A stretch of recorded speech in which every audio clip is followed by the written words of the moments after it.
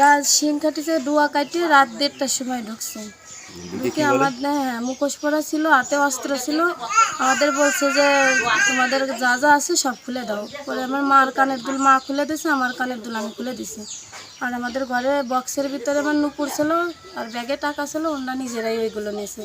আর বাক্সের ভিতরে জামা কাপড় বের করে সব। কালিয়ায় সংখ্যালঘু পরিবারের বাড়িতে ডাকাতি। বিস্তারিত থাকছে নড়াইল থেকে মোহাম্মদ রাসেল শেখের প্রতিবেদনে। নড়াইলের কালিয়া উপজেলার ৮ নং কলাবাড়িয়া ইউনিয়নের ৬ নং ওয়ার্ডের কাশীপুর গ্রামে এক সংখ্যালঘু পরিবারের বাড়িতে ডাকাতির ঘটনা ঘটেছে।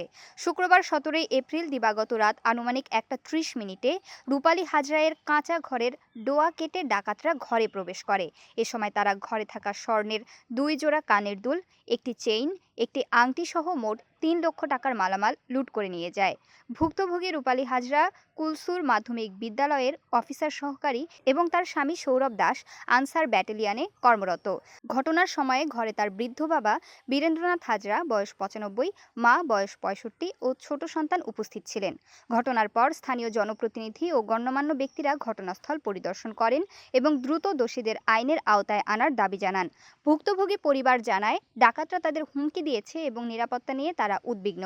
তারা প্রশাসনের কাছে নিরাপত্তা নিশ্চিত করার দাবি জানিয়েছেন। এ বিষয়ে নড়াগাতি থানার ওসি মোহাম্মদ আব্দুর রহিম জানান, ঘটনা তদন্তে পুলিশ কাজ শুরু করেছে এবং জড়িতদের দ্রুত আইনের আওতায় আনা হবে। ফেলে দিয়েছে আর বলতেছে যে সত্যি কথা বলো, জেরি আছে, আমরা কিছু বলবো না।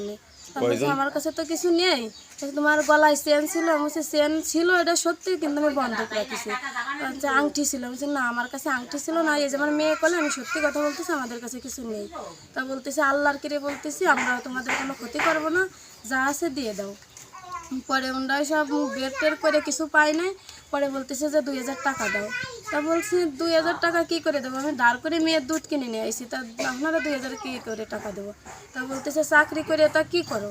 তা বলছি চাকরি করে আমি অনেক টাকা, আমার লোন আছে, সেইখানে আমি বেতন পাই ১৩,০০০ টাকা, আমার কিস্তি আছে ১২,০০০ টাকা, তা চলেন কী করে। তো তোমার স্বামী তো ইঞ্জিনিয়ার। আমি বলছি না আমার স্বামী ইঞ্জিনিয়ার না, উনি আনসারে চাকরি করেন।